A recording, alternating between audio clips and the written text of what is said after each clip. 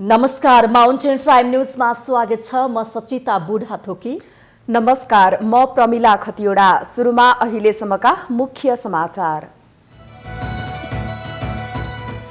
आज महाशिवरात्रि पर्व आराध्य देव भगवान शिवको विधिपूर्वक पूजा आराधना गरी मनाइदै बिहानैदेखि शिवालयहरूमा भक्तजनको भिड।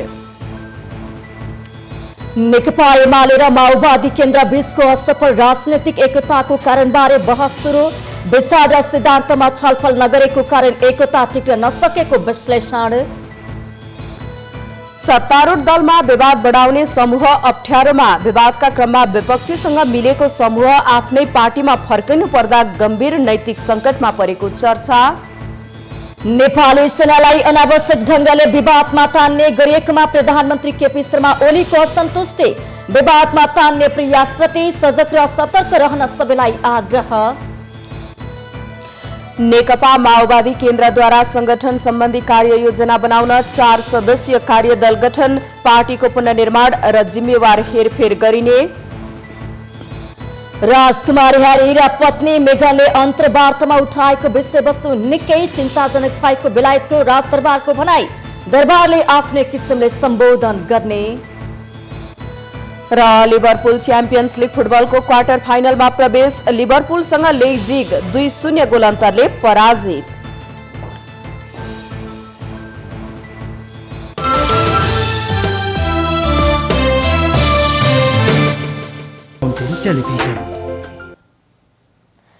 अब समाचार विस्तारमा। प्रत्येक वर्ष फागुन कृष्ण चतुर्दशी मध्यरातमा परेका दिन मनाइने महाशिवरात्रि पर्व आराध्य देव भगवान शिवको विधिपूर्वक पूजा आराधना गरी आज देशभर मनाइँदैछ।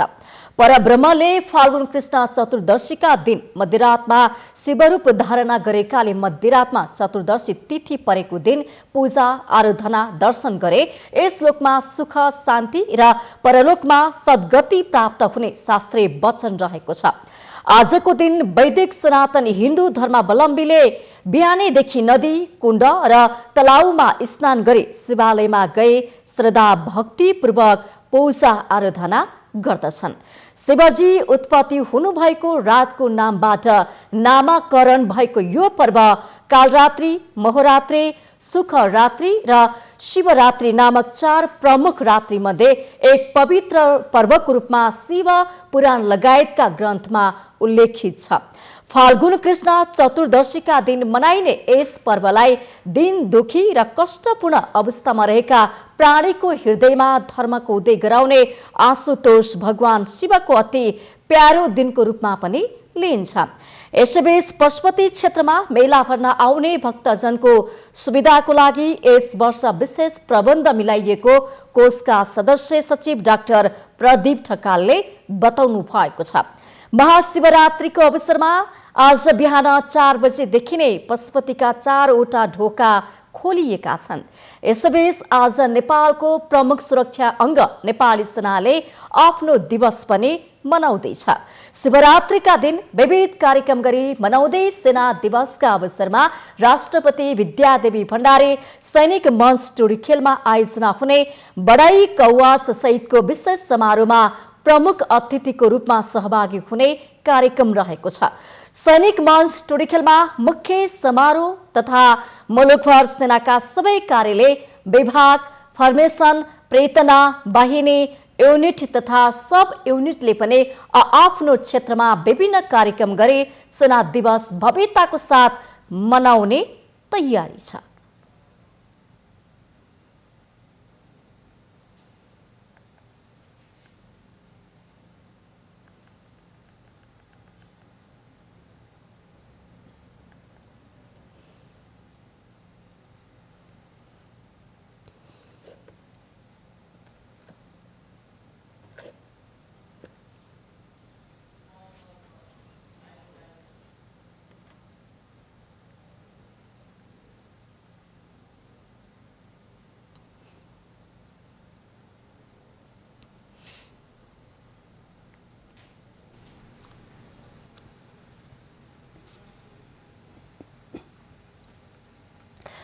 यति बेला नेकपा एमाले र नेकपा माओवादी केन्द्र पार्टी एकीकरण अघिकै अवस्थामै पुगेका छन्। तर पार्टी एकता नै बदर भएको अवस्थामा समेत दुवै पक्ष खुसी नै देखिने अवस्था बनेको छ। तर यो अवस्थासँगै पार्टी एकताको औचित्यप्रति समेत बहस सुरु भएको छ। पार्टी एकीकरणपछि दुई कित्तामा विभाजन भई पार्टी विवाद चर्काएका कारण समेत यस्तो अवस्था आएको हो। तर आगामी दिनमा यस्तो अवस्था आएर पछुताउनुभन्दा बेलैमा सोच्न आवश्यक रहेको देखिन्छ।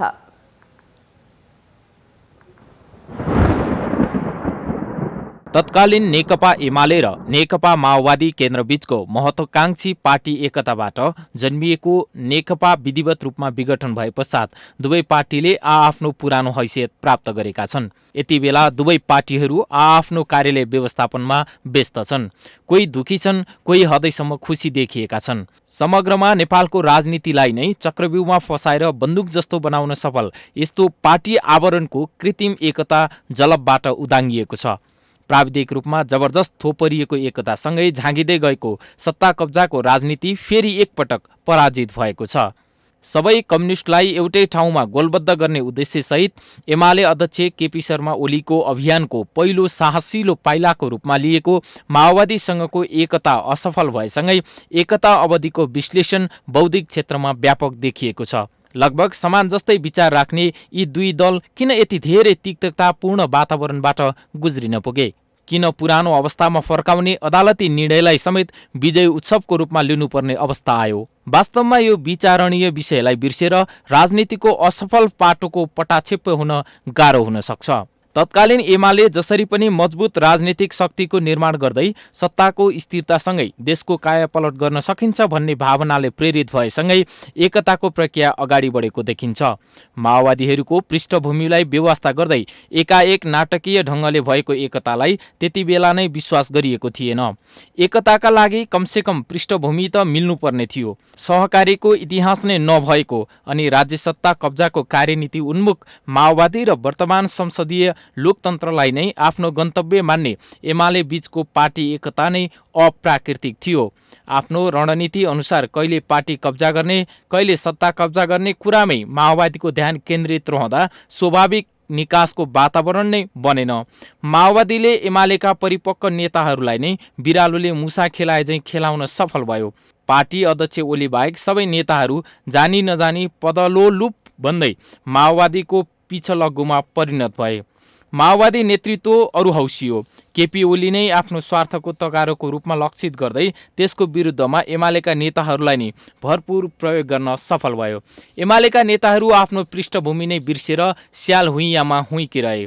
आफूलाई चतुर नेता सम्झिने माधव नेपाल समेतले प्रचण्ड रणनीतिको हिसाब गर्न सकेनन्। साँच्चै भन्ने हो भने अहिले पनि त्यो धङधङीबाट मुक्त हुन सकेका छैनन् भन्ने देखिएको छ। यही दङदङीले कहीँ एमालेलाई पुनः नेकपाको परिणति दिलाउने हो कि भन्ने चिन्ता वर्तमानमा एमाले पंक्तिमा पनि देखिन्छ। जे जस्तो भूमिका माओवादीबाट खेलियो त्यसबाट सबैभन्दा बढी नोक्सानी पनि उसैलाई हुन गएको देखियो। एमालेहरू घर फर्किए तर माओवादीबाट मन्त्री बनेकाहरूले घर नफर्कने निर्णय गर्न पुगे।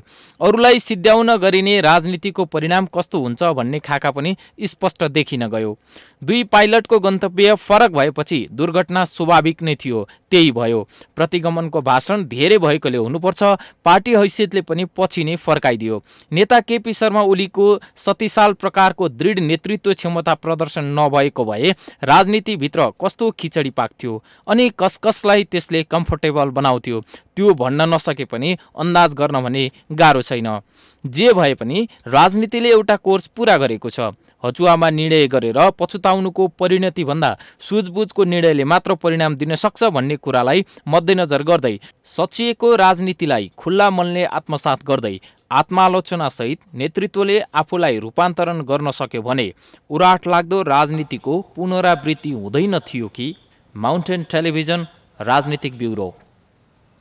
सर्वोच्चले नेकपाको नामबारे फैसला गरेसँगै नेकपा एमाले र नेकपा माओवादी लगभग फेरि एकता नगर्ने स्थितिमा पुगेका छन्।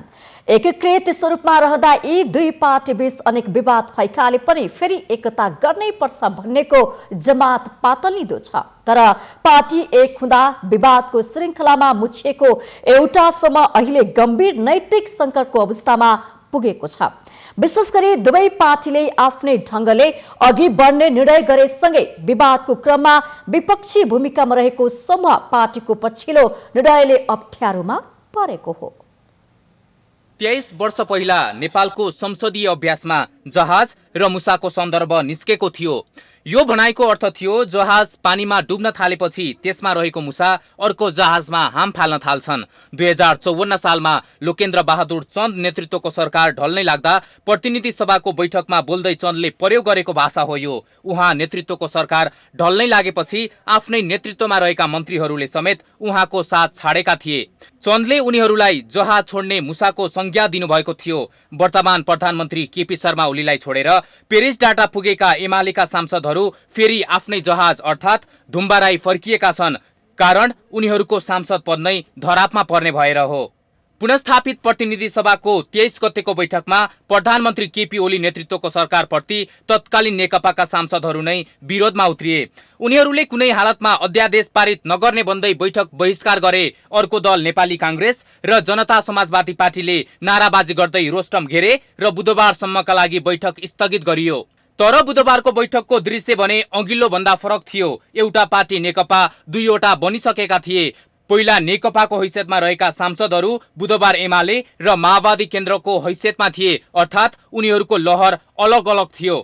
बुधबारबाट राजनीतिक समीकरण फेरिएको छ जब निर्वाचन आयोगले तत्कालीन एमाले र माओवादी केन्द्रलाई औपचारिक रूपमा जगाइदिएको छ। अब सरकार पनि नेपालको संविधानको धारा 76 को 2 मा परिणत भएको छ। पहिले एकै दलको बहुमतको सरकार बनेको थियो। अहिलेको सरकार नेकपा एमाले र माओवादी केन्द्रमा अंश बन्डा भएको छ। सर्वोच्च अदालतले अंश लगाइदिएपछि 2 वा सो भन्दा बढी दलको समर्थनको हैसियतमा छ। पछिल्लो समीकरणमा जनता समाजवादी पार्टी निर्णायक बनेको छ। उसले जुन कित्तालाई समर्थन गर्यो त्यसको सरकार बन्नेछ। माओवादी केन्द्रले सरकारलाई दिएको समर्थन फिर्ता लिएमा प्रधानमन्त्री केपी शर्मा ओलीले 30 दिनभित्र विश्वासको मत लिनुपर्ने हुन्छ। एमालेसँग रहेको 120 मा जनता समाजवादीको मत निर्णायक हुनेछ। माओवादी केन्द्र, नेपाली कांग्रेस र जनता समाजवादी बीच समीकरण भएको खण्डमा उनीहरू बीच मिलेर सरकार बन्न सक्छ। तर एमालेले पनि वार्ताका लागि दुवै पक्ष रहेको वार्ता टोली गठन गरेका कारण प्रधानमन्त्री ओलीले विश्वासको मत प्राप्त गर्ने सम्भावना जीवितै छ। तर विपक्षमा रहेका सबै पार्टीहरू प्रधानमन्त्री ओलीले प्रतिनिधि सभा विघटन गरेको विरोधमा गएकाले एमालेसँगको समीकरण त्यति बलियो छैन। कांग्रेस र जनता समाजवादी पार्टीको नेतृत्वमा सरकार बन्ने सम्भावना बलियो बन्दै गएको छ। यसपटक नेपालको संविधानले दल त्याग ऐनलाई कडा बनाएपछि कसैले पनि पार्टीको व्हिप उल्लङ्घन गर्ने छैनन्। धुम्बाराईबाट सरेर पेरिस डाटा पुगेका एमाले सांसदहरूले खुरुखुरु लाइन बसेर प्रधानमन्त्री ओलीलाई विश्वासको प्रस्तावको पक्षमा मतदान गर्नेछन्। केही समय अघिसम्म ओलीलाई प्रतिगामीको संज्ञा दिएका उनीहरूले अब क्रान्तिकारी राष्ट्रवादी भन्दै उनको प्रस्तावको पक्षमा मतदान गर्नेछन्। पेरिस डाटा पुगेर धुम्बाराई सरेका सांसदहरूको गलामा प्रधानमन्त्री ओलीको लगाम हुनेछ। पेरिस डाटा पुगेर धुम्बाराई फर्केका एमालेका सांसदहरू यही कारण पनि गम्भीर नैतिक संकटमा परेको चर्चा चलिरहेको छ। माउन्टेन टेलिभिजन राजनैतिक ब्युरो।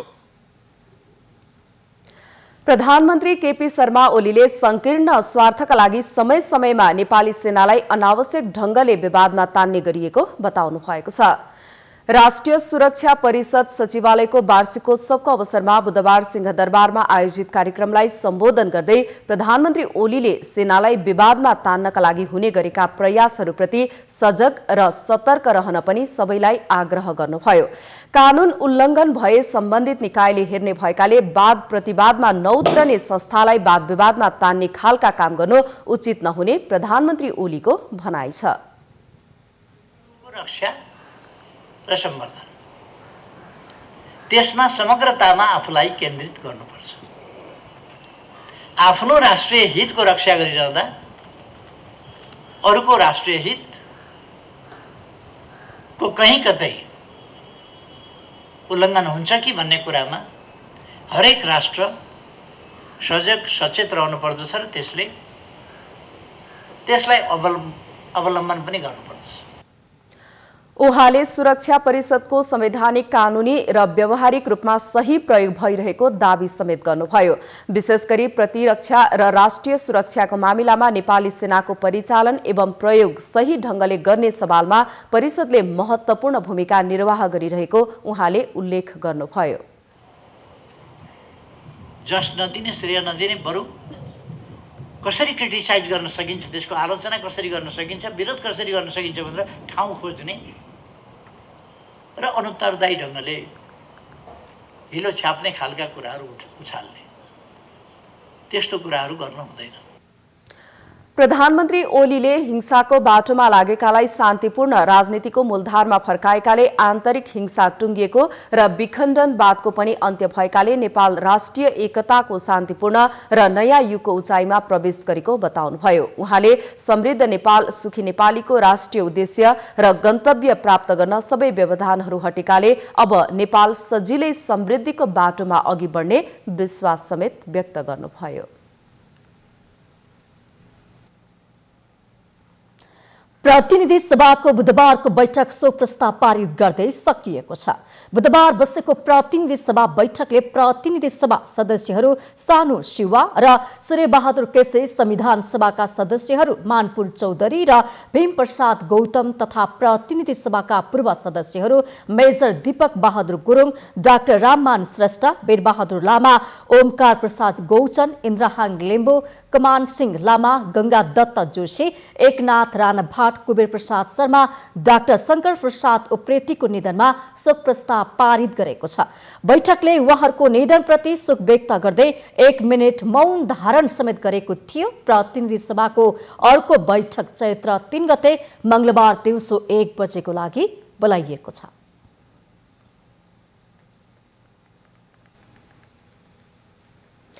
नेकपा माओवादी केन्द्रले संगठन पुनर्निर्माण गर्न 4 सदस्यीय कार्यदल गठन गरेको छ। बुधबार केन्द्रीय कार्यालय पेरिस टाडामा बसेको नेकपा माओवादी केन्द्रको स्थायी कमिटी बैठकले यस्तो निर्णय गरेको हो। कार्यदलमा स्थायी कमिटी सदस्यहरू गिरिराजमणि पोखरेल, वर्षमान पुन, पम्फा भूषाल र जनार्दन शर्मा रहनु भएको माओवादी केन्द्रका नेता नारायण काजी श्रेष्ठले जानकारी दिनुभयो। हाम्रो पार्टीको स्थायी कमिटीको बैठकमा हिजोकै निर्णय अनुसार विभिन्न पार्टीहरूसँग, विशेषतः नेपाली कांग्रेससँग र जनता समाजवादी पार्टीसँग भएको वार्ताका बारेमा बैठकलाई अध्यक्ष कमरेड प्रचण्डले जानकारी गराउनुभयो र आजै पनि ती विभिन्न पार्टीका नेताहरूसँग थप वार्ता गर्ने पनि जानकारी दिनुभएको छ। बैठकमा पार्टीका अध्यक्ष पुष्पकमल दाहाल प्रचण्डले नेपाली कांग्रेस र जनता समाजवादी पार्टीसँग भएको वार्ताको सम्बन्धमा जानकारी गराउनु भएको प्रवक्ता श्रेष्ठले बताउनुभयो। बिहिबार पनि प्रचण्डले विभिन्न पार्टीका नेताहरूसँग थप वार्ता गर्ने जानकारी दिनुभएको छ भने निर्वाचन आयोगले पठाएको पत्र अध्यक्ष प्रचण्डले बैठकमा पढेर सुनाउनु भएको छ। स्थायी कमिटी बैठकले पार्टीको चैत 2 गते हुने प्रशिक्षणात्मक भेलामा सहभागी हुने नेता कार्यकर्ताको हकमा मापदण्ड निर्धारण गरिएको पनि प्रवक्ता श्रेष्ठले जानकारी दिनुभयो। आगामी रणनीतिको सम्बन्धमा छलफल गर्न नेकपा एमालेको माधव नेपाल समूहका नेताहरूले छुट्टै भेलाको आयोजना गरेका छन्। यो समूहका केन्द्रीय कमिटी सदस्यहरूले समसामयिक राजनीतिको विषयमा छलफल तथा आगामी रणनीति तय गर्न बानेश्वरको अरियाल होटलमा भेलाको आयोजना गरेका हुन्। बुधबार दिउँसो भएको भेलामा नेताहरू माधव कुमार नेपाल, जलनाथ खनाल, अष्टलक्ष्मी साके, भीम आचार्य, योगेश भट्टराई, घनश्याम भूषाल, सुरेन्द्र पाण्डे लगायतका सो समूहका केन्द्रीय कमिटी सदस्यहरूको सहभागिता रहेको थियो। सर्वोच्च अदालतले साबिको नेकपा एमाले पार्टी बिउतै दिएपछि माधव जलनाथ पक्षका नेताहरू एमालेमै समाहित भएका छन्। तत्कालीन नेकपा एमालेको संसदीय दल, स्थायी कमिटी र केन्द्रीय कमिटीमा माधव नेपाल समूहको बलियो उपस्थिति रहेको छ। माधव नेपाल समूहको सो भेलालाई निकै चासोपूर्वक पनि हेरिएको छ। माउन्टेन प्राइम न्यूजमा पालो भएको छ विश्रामको।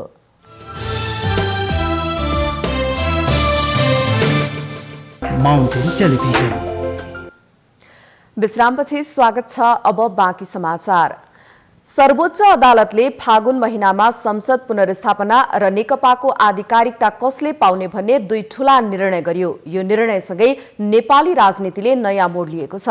बुधबार संघीय संसद भवनमा दोस्रो बैठक शोक प्रस्ताव पारित गर्दै आगामी चैत 3 गते बस्ने गरी सम्पन्न भयो। हामीले बैठकमा उपस्थित भएका सत्तापक्ष र प्रतिपक्ष दलका सांसदहरूलाई अबको सरकार कस्तो बन्छ र कसको नेतृत्वमा बन्छ भनेर सोधेका छौं। हेरौं उहाँहरूको भनाई जस्ताको तस्तै।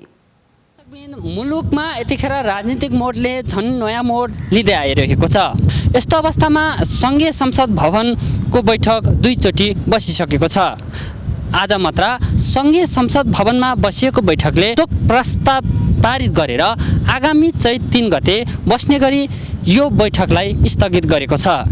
यो बैठकमा उपस्थित भएका सत्तापक्ष प्रतिपक्ष दलहरूलाई हामीले अबको सरकार कस्तो बन्छ, अब कसको नेतृत्वमा सरकार गठन हुन्छ र प्रमुख प्रतिपक्ष र सत्तापक्षको भूमिका के रहन्छ, यहाँ उपस्थित भएका केही नेताहरूलाई हामीले प्रश्न राखेका छौँ। सर्वोच्च अदालतको फैसला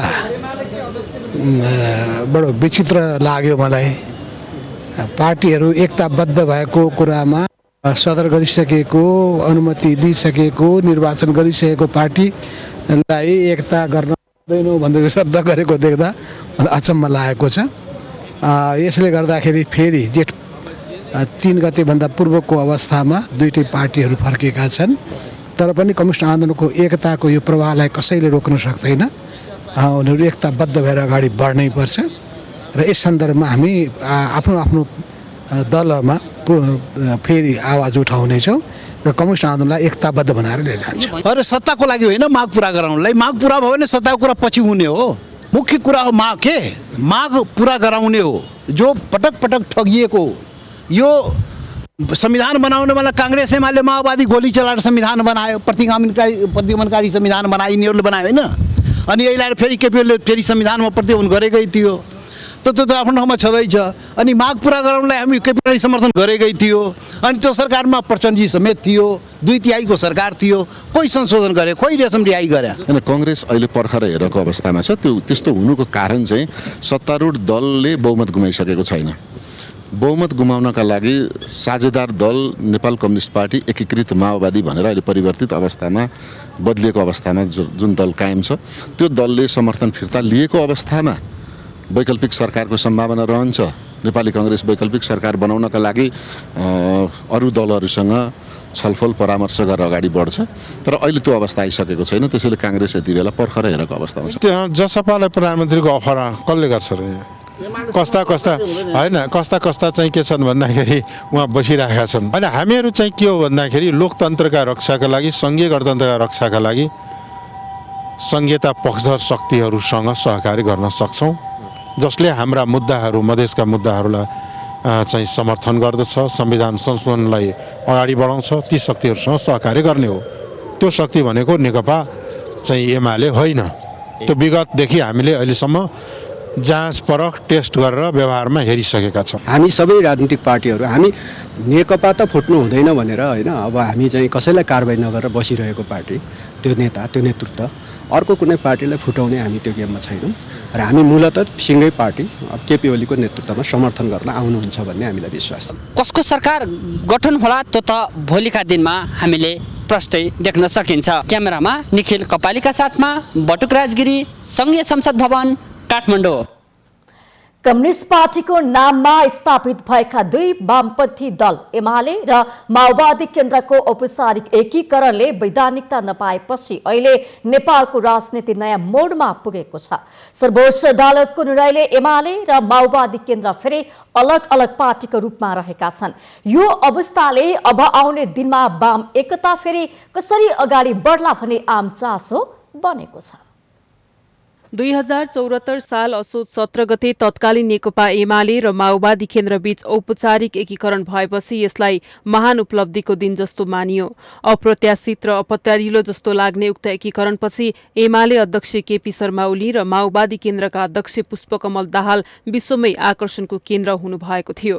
तर यति बेला उक्त गठबन्धन देश र जनताका लागि नभई आफ्नो स्वार्थका लागि भएको पुष्टि भएको विश्लेषकहरूको ठहर छ।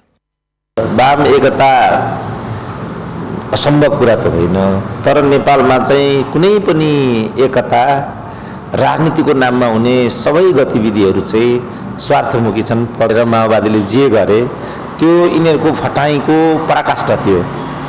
त्यो गर्नुको पछाडि पद मात्रै विषयवस्तु थियो।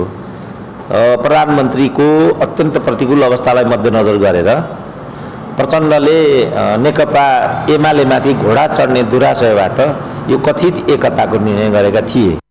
कुनै पनि दुई भिन्न धारका पार्टी एकता हुँदा कम्तीमा पार्टीको सामान्य विचार र सिद्धान्त मिल्नुपर्ने हुन्छ। तर नेकपा एमाले र माओवादी केन्द्र एक हुँदा विचार र सिद्धान्त मिल्नुभन्दा पनि व्यक्तिगत स्वार्थका लागि भएकाले अहिलेको अवस्था आएको हो। अबका दिनमा हुने गठबन्धन विचार सिद्धान्त मिल्ने तथा देश र जनताको लागि हुनुपर्ने विज्ञहरूको बुझाइ छ। कम्युनिस्टहरूको एकता भनेको विचारविहीन एकता हुनु हुँदैन। त्यो सिद्धान्त सहितको, विचार सहितको, नैतिकता र संस्कृति सहितको एकता हुनुपर्छ भन्ने कुरा सिक्नुपर्छ। अघिल्लो पार्टी नेकपा एकताबद्ध हुँदाखेरि त्यही कुराको अभाव रह्यो। उनीहरूले विचारको जगमा पार्टी बनाएनन्, पार्टी एकता गरेनन्, सिद्धान्तको जगमा गरेनन् र लामो वैचारिक छलफल नेपाललाई कसरी बदल्ने भन्ने बारे लामो सैद्धान्तिक छलफल गरेर एउटा विचार बनाएर पार्टी एकता गरेनन्। त्यसको मूल्य अहिले चुकाउनु परिरहेको छ। 2054 सालमा एमालेबाट अलग भएर माले बन्यो र फेरि 2058 सालमा एमालेमै मिल्यो। सबै प्रकरणले खाली पद प्रतिष्ठा र पदलोलुप्ताको राजनीति हावी भएको पुष्टि गरेको छ। वाम एकता आफैमा सकारात्मक पक्ष हो, तर त्यो राजनीतिक स्वार्थबाट मुक्त हुनुपर्छ। माउन्टेन टेलिभिजनका लागि पुष्पाश्री कार्कीको रिपोर्ट। नेपाल मुस्लिम आयोगले मुस्कान खातुनलाई आफ्ना कार्यक्रमहरूमा विशेष वक्ताको रूपमा राख्ने भएको छ। बुधबार नेपाल मुस्लिम आयोगका अध्यक्ष समीम मिया अन्सारीले एसिड पीडित खातुनलाई सम्मान गर्दै आयोगले आयोजना गर्ने सबै प्रकारका औपचारिक कार्यक्रममा विशेष वक्ताको रूपमा प्रस्तुत गर्ने जानकारी दिनुभएको हो। सम्मान कार्यक्रममा अध्यक्ष अन्सारीले एसिड विरुद्धको अभियानमा मुस्कानको भूमिका महत्वपूर्ण हुने भएकोले विशेष स्थान दिन लागेको बताउनुभयो। र ताकि भोलिको दिनमा चाहिँ अरू कुनै चाहिँ चेलीलाई, कुनै महिलालाई त्यो चाहिँ आक्रमण नहोस् भन्ने जुन तपाईँको एउटा सोच र एउटा चाहिँ अलग्गै ऊर्जा साहसीको चाहिँ जुन तपाईँले चाहिँ कदम चाल्नुभयो, यसको लागि म हिजोदेखि पनि आज पनि र भोलि पनि हामी मुस्लिम आयोग टिम नै तपाईँको यो साहसको लागि हामी सम्मान गर्छौँ। तपाईँलाई सम्मानित खातुनले सबैको सहयोग र सद्भावले आफूले पीडालाई शक्तिमा बदल्न सकेको बताउनुभयो। यो पुरस्कारले गर्दा मेरो झनै आत्मबल, झनै मेरो सपना अझै थपिएको छ। आउनेवाला दिनमा म धेरै यस्तो काम गर्छु भनेर र यसमा चाहिँ अझै मलाई तपाईँहरूको साथ सपोर्ट र हाम्रो मुस्लिम आयोगको हाम्रो सलिमान साईज्यूको साथ सपोर्ट पनि मलाई एकदमै खाँचो पर्नेछ र म भन्न चाहन्छु कि यसरी नै हजुरको साथ र सपोर्ट होस् र हाम्रो जुन उहाँले गर्नुभएको हौसला, मोटिभेट र सपोर्टको आज म हृदयबाट नै धेरै धेरै धन्यवाद भन्न चाहन्छु। केही दिन अघि अमेरिकी सरकारले जलेको घाउ लिएर समाजमा क्रियाशील भएर कार्य गरिरहेको भनेर सम्मान गरेको थियो। यस्तै नेपाल सरकारले अन्तर्राष्ट्रिय महिला दिवसको अवसरमा विशेष सम्मान पनि गरेको छ। हुन्डी कारोबारमा संलग्न रहेको आरोपमा प्रहरीले वीरगञ्जबाट एकजनालाई पक्राउ गरेको छ। प्रहरीले 12 को कलैया उपमहानगरपालिका 23 का 38 वर्षीय जयराम राउत कुर्मीलाई पक्राउ गरेको हो। वीरगञ्ज स्थित मा अम्बे टेरसबाट अवैध वित्तीय कारोबार भइरहेको सूचना पाएपछि प्रहरीले छापा मार्दा कुर्मीलाई स्रोत नखुलेको 7,75,470 नेपाली तथा 7,400 भारतीय रुपियाँ बरामद गरेको छ। उनको साथबाट बब्लु राज को नाममा जारी भएको नगद 2 लाख र रामप्रसाद पटेलको नाममा जारी भएको 5,60,000 को चेक समेत बरामद भएको छ। पक्राउ परेका कुर्मी विरुद्ध बैंक तथा वित्तीय संस्था सम्बन्धी ऐन 2073 अन्तर्गतको कसुरमा अनुसन्धान अगाडि बढाइएको जिल्ला प्रहरी कार्यालय पर्साले जनाएको छ। एकजना व्यक्तिलाई 7,75,470 नेपाली रुपैयाँ र भारतीय रुपैयाँ 7,400 र बब्लु राजको नाममा जारी भएको रु 2 लाख र रामप्रसाद पटेलको नाममा जारी भएको 5,60,000 बराबरको चेक सहित नियन्त्रणमा लिएका छौँ। नियन्त्रणमा लिएर हामीले ब्याङ्क तथा वित्तीय संस्था सम्बन्धी ऐन 2073 विरुद्धको कसुरमा हाल अनुसन्धान अगाडि बढाएका छौँ। फरार रहेका ट्रेडर्सका सञ्चालकको खोजी भइरहेको प्रहरीले बताएको छ।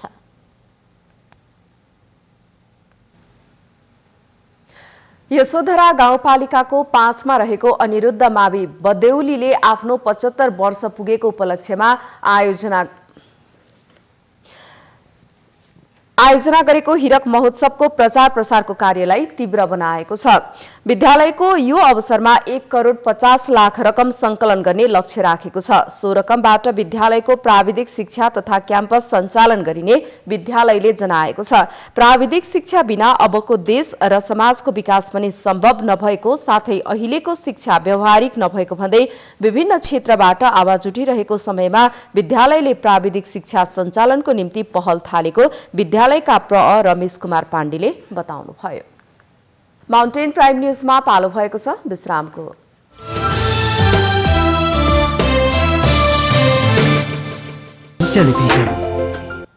विश्रामपछि स्वागत छ। अब बाँकी समाचार। पर्सा जिल्लाको दोस्रो सदरमुकाम पोखरिया नगरपालिकामा रहेको पोखरिया अस्पताल धराशय बन्दै गएको छ। प्रदेश सरकारले पठाएको बजेटमा भागभण्डा नमिलेको कारण पोखरिया अस्पताल धराशय बन्दै गएको हो। अस्पताललाई एम्बुलेन्स तथा सब वाहन किन्न र भौतिक स्तर उन्नतिका लागि प्रदेश सरकारले 6 महिना अघि 4 करोड 4 लाख रुपैयाँ पठाएको थियो। तर 6 महिना बितिसक्दा पनि पोखरिया नगरपालिकाले 4 वटा एम्बुलेन्स किन्नु बाहेक केही काम गरेको देखिँदैन। एम्बुलेन्स किनेको 2 महिना बितिसक्दा कमिसनको चलखेलका कारण चालक समेत राखिएको छैन। हरेक वर्ष प्रदेश सरकारले पोखरिया अस्पतालका लागि विभिन्न शीर्षकमा करोडौं रुपैयाँ पठाउने गरेको छ। तर पोखरिया नगरपालिकाको लापरवाहीका कारण त्यो पैसा फ्रिज हुने गरेको छ। समस्याको समाधान चाँडै नै गर्ने पोखरिया नगरपालिकाका प्रमुख दीपनारायण रौनियारले बताउनुभयो। जुन दिनदेखि यो अभिभार हामी जुन लिए नि त्यो बेलादेखि मैले पोखरिया हस्पिटलको अवस्था हेर्दाखेरि त्यहाँ एउटा एमबीबीएस डाक्टर थिएन, एउटा अवे र एउटा हेल्थ एसिस्टेन्टले पोखरिया हस्पिटल चलाइरहेको थियो। त्यो बेलादेखि म आफ्नो प्रयासले त्यहाँ अहिलेको अवस्थामा 6 वटा एमबीबीएस डाक्टर म व्यवस्थापन गरेर पोखरिया हस्पिटल चलाइरहेको थिएँ। अस्पताललाई स्थानीय तहबाट हटाएर प्रदेश सरकारको मातहतमा राखिने भनिए पनि हुन सकेको छैन। यसले गर्दा व्यवस्थापन अन्यल भएर अस्पतालको अवस्था दयनीय बन्दै गएको छ।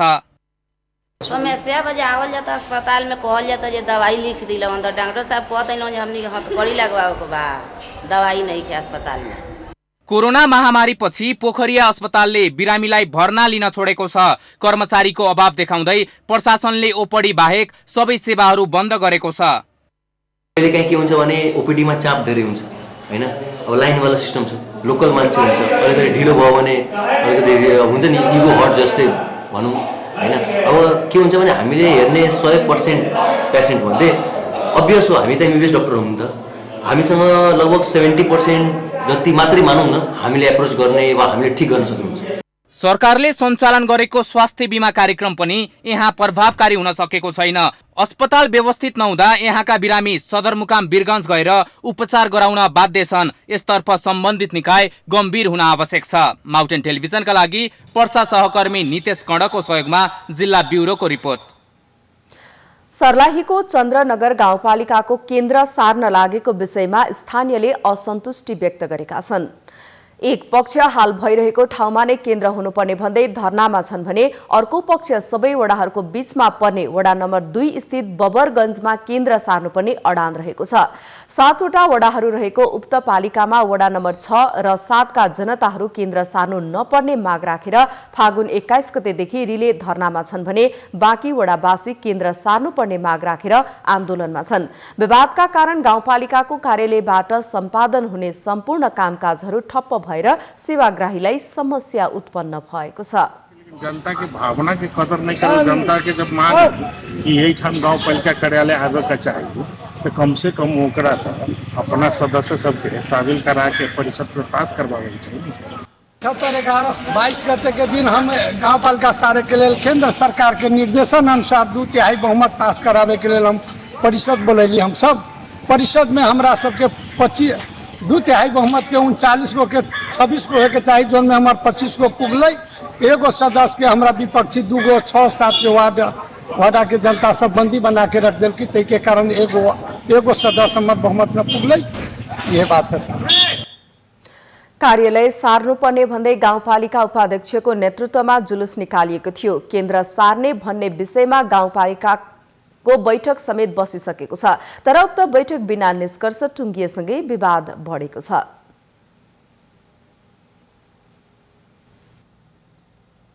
प्रतिनिधि सभाको महिला तथा सामाजिक समितिले प्रतिनिधि सभा सदस्य स्वर्गीय सूर्यबहादुर केसीको निधनप्रति शोक प्रस्ताव पारित गरेको छ। बुधबार सिंहदरबार स्थित समितिको हलमा बसेको महिला तथा सामाजिक समितिको बैठकले समितिको सदस्यको रूपमा रहनुभएका प्रतिनिधि सभा सदस्य स्वर्गीय सूर्यबहादुर केसीको निधनप्रति शोक प्रकट गर्दै श्रद्धाञ्जली व्यक्त गरेको हो। समितिको बैठकले सर्वसम्मत रूपमा शोक प्रस्ताव पारित गरेको छ।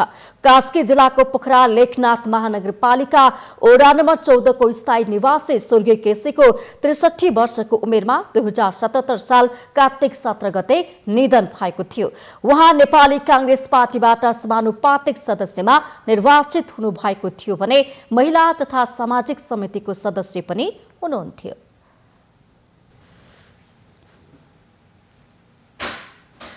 पाल्पा जिल्लामा व्यावसायिक आलु खेती गरेका कृषकहरूले यस वर्ष मौसम राम्रो भएकाले उत्पादनमा वृद्धि गरेका छन्।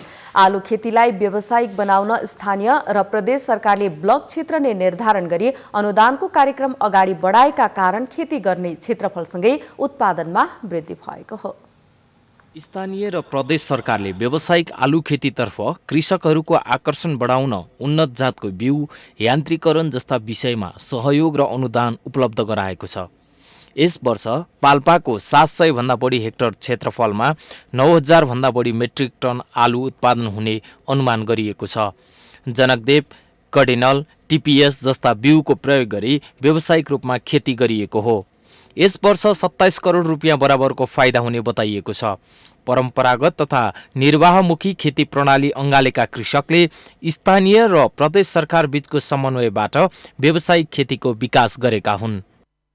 गत वर्षको तथ्याङ्क हेर्दाखेरि 740 हेक्टर आलुको खेती भइरहेको क्षेत्रफल हाम्रो तथ्याङ्कमा देखिन्छ भने उत्पादन 9000 मेट्रिक टन हाम्रो आँकडा अनुसार रहेको छ र चालु आर्थिक वर्षमा यो उत्पादन बढेर जाने हामीले अपेक्षा गरेका छौँ। गत वर्ष पाल्पामा 735 हेक्टर क्षेत्रफलमा आलु खेती गरिएकोमा यस वर्ष सरकारी सहयोग र अनुदानका कारण बढी क्षेत्रफलमा खेती गरिएको हो।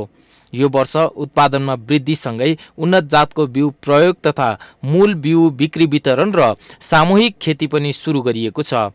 यस वर्ष राम्रो आम्दानी हुनुका साथै मनग्य आम्दानी हुनेमा कृषकहरू ढुक्क छन्। हामीले करिब 12 बोरा प्लस 2000 दाना टिपिएस लगाइया छ। त्यसमा चाहिँ अब गत वर्ष अलि पानीको कारणले अलि थोरै उत्पादन भएको छ। 130 बोरा जति उत्पादन भएको थियो भने यस वर्ष धेरै राम्रो छ। करिब 100 रोपनीमा चाहिँ आलु लगाएका छौँ। 110 बोरा भन्दा पनि धेरै आलु लगाएका छौँ र अनुमानित सबै आलु लगाउने क्रममा हाम्रो 6-7 लाख रुपियाँ चाहिँ हाम्रो आफ्नो खर्च भएको छ। त्यसमाथि पनि अनुदान अझै अलग छ र करिब हामीले यो आलुबाट हामीलाई चाहिँ 12-13 लाख रुपियाँ बराबरको आलु फल्न पर्ने छ। आशा छ पक्कै पनि त्यो आलु फल्ने छ। कुमलटा रातो पनि मैले 100 रुपियाँ केजीको दरले बेच्ने गरेको छु। त्यसमा मेरो समथिङ 4 लाखदेखि 5 लाखको चाहिँ बिक्री हुन्छ होला जस्तो लाग्छ।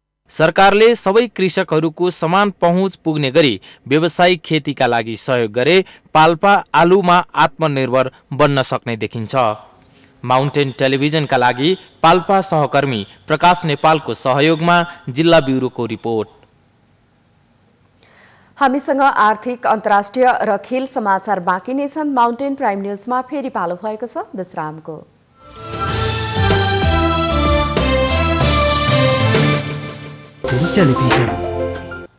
विश्रामपछि पुनः स्वागत छ। अब पालो आर्थिक समाचारको। रूपन्देहीको बेलहिया नाकामा निर्माण गर्ने भनेको अन्तर्राष्ट्रिय स्तरको एकीकृत जाँच चौकी आइसिपी 15 वर्षदेखि अलपत्र रहेको छ। नेपाल र भारत बीच आयात निर्यात सहज बनाउने उद्देश्यले निर्माण कार्य सुरु गर्ने भनेको भए पनि अहिलेसम्म बनाउने सुरसार्ने देखिएको छैन। सन् 2005 मा नेपाल र भारत बीच रूपन्देहीको बेलिया र सुनौलीमा आईसीपी निर्माण गर्ने सहमति भएको थियो, तर सहमति कार्यान्वयन नहुँदा आईसीपी निर्माण कार्य अलपत्र परेको छ। चालू आर्थिक वर्षको बजेट भाषणमा सरकारले आईसीपी निर्माण गर्ने भने पनि अझै कुनै प्रगति देखिँदैन। नेपालतर्फ आईसीपीको लागि आवश्यक 52 बिघा जमिन अधिग्रहण भइसके पनि भारतीय पक्षबाट सम्झौता बमोजिम काम अघि बढाउन सकेको छैन। उक्त सहमति अनुसार भारतले दुई देशका मुख्य नाकाहरू नेपालगञ्ज, विराटनगर, मेरगञ्ज र बेलिया नाकामा आईसीपी निर्माण गर्नुपर्नेछ। सन् 2005 मा सहमति भएपछि सन् 2009 देखि मुआवजा समेत वितरण गर्न थालिएको थियो। भारतीय पक्षले भने 2075 चैतमा मात्रै आवश्यक जमिन अधिग्रहण गरेको बताए पनि अन्य काम भने अगाडि बढ्न सकेको छैन।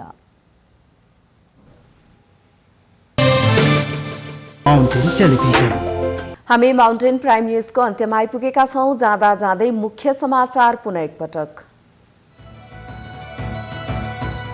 आज महाशिवरात्रि पर्व आराध्य देव भगवान शिवको विधिपूर्वक पूजा आराधना गरी मनाइदै बिहानैदेखि शिवालयहरूमा भक्तजनहरूको भिड। नेकपा एमाले र माओवादी केन्द्र बीचको असफल राजनीतिक एकताको कारणबारे बहस सुरु। विचार र सिद्धान्तमा छलफल नगरेको कारण एकता टिक्न नसकेको विश्लेषण। सत्तारूढ दलमा विवाद बढाउने समूह अप्ठ्यारोमा। विवादका क्रममा विपक्षीसँग मिलेको समूह आफ्नै पार्टीमा फर्कनु पर्दा गम्भीर नैतिक संकटमा परेको चर्चा। नेपाली सेनालाई आवश्यक ढंगले विवादमा तान्ने गरेकोमा प्रधानमन्त्री केपी शर्मा ओलीको असन्तुष्टि। विवादमा तान्ने प्रयासप्रति सजग र सतर्क रहन सबैलाई आग्रह। नेकपा माओवादी केन्द्रद्वारा संगठन सम्बन्धी कार्ययोजना बनाउन 4 सदस्यीय कार्यदल गठन। पार्टीको पुनर्निर्माण र जिम्मेवार हेरफेर गरिने। राजकुमारी हरी र पत्नी मेघनले अन्तर्वार्तामा उठाएको विषयवस्तु निकै चिन्ताजनक भएको बेलायतको राजदरबारको भनाई। दरबारले आफ्नै किसिमले सम्बोधन गर्ने। र लिभरपुल च्याम्पियन्स लिग फुटबलको क्वार्टर फाइनलमा प्रवेश। लिभरपुलसँग लेइजिग 2-0 गोल अन्तरले पराजित।